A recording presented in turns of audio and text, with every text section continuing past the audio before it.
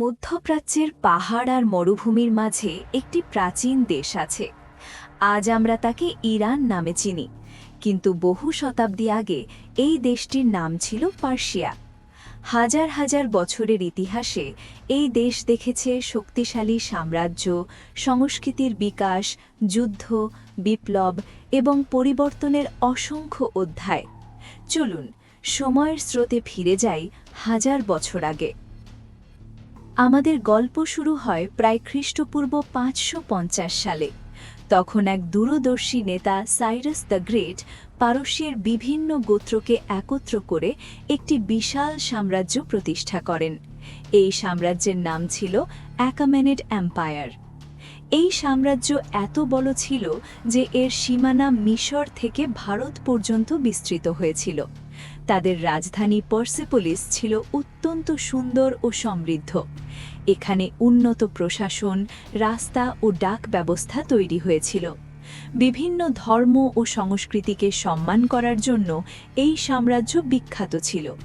কিন্তু ইতিহাসে কোনো সাম্রাজ্য চিরদিন টিকে থাকে না।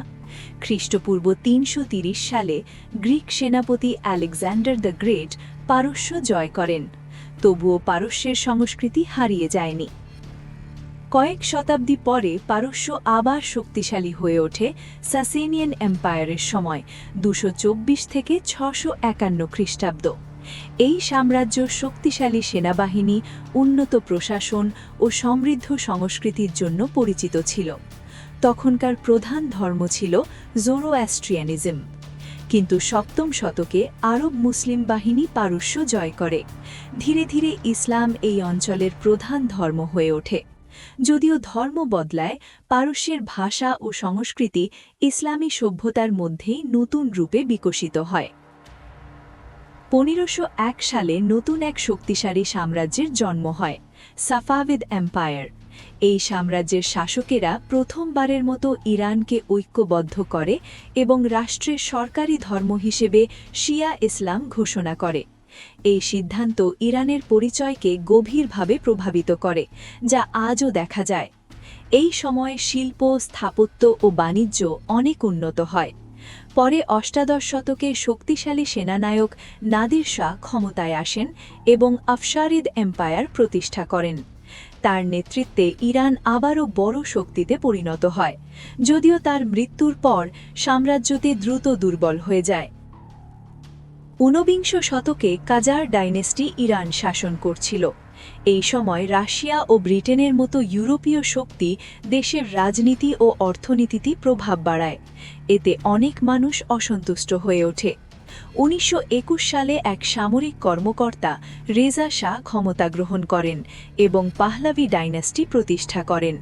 তিনি দেশকে আধুনিক করার জন্য রাস্তা, রেলপথ, স্কুল ও শিল্প কারখানা গড়ে তোলেন। তার ছেলে মোহাম্মদ রেজা শাহ পাহলাভি আধুনিকীকরণ চালিয়ে যান, কিন্তু তার শাসনের বিরুদ্ধে মানুষের অসন্তোষ বাড়তে থাকে। ১৯৭৯ সালে এক ঐতিহাসিক ঘটনা ঘটে, ইরানিয়ান রেভলিউশন। এই বিপ্লবে রাজতন্ত্রের পতন ঘটে এবং ধর্মীয় নেতা রুহুল্লাহ খোমেনি নতুন রাষ্ট্র ব্যবস্থা প্রতিষ্ঠা করেন, যার নাম ইসলামিক রিপাবলিক অফ ইরান। এর কিছুদিন পরই ইরানকে কঠিন এক যুদ্ধে জড়াতে হয়, ইরান-ইরাক ওয়ার। এই যুদ্ধ অনেক ক্ষয়ক্ষতি করায়, কিন্তু দেশটিকে আরও ঐক্যবদ্ধ করে। আজকের তেহরান হচ্ছে দেশের রাজধানী। ইরান একটি বড় এবং প্রভাবশালী দেশ, যার ইতিহাস প্রায় ২৫০০ বছরেরও বেশি পুরনো। এই দেশ শুধু রাজনীতি বা যুদ্ধের জন্যই নয়, তার সমৃদ্ধ সংস্কৃতির জন্যও বিখ্যাত। পারস্যের কবিতা, কার্পেট, স্থাপত্য এবং সাহিত্য সারা পৃথিবীতে সম্মানিত। ইরানের গল্প এখনও শেষ হয়নি। সাইরাস দ্য গ্রেটের প্রাচীন সাম্রাজ্য থেকে আধুনিক ইসলামী প্রজাতন্ত্র পর্যন্ত ইরান বারবার পরিবর্তিত হয়েছে, তবুও তার শক্তিশালী সাংস্কৃতিক পরিচয় বজায় রেখেছে।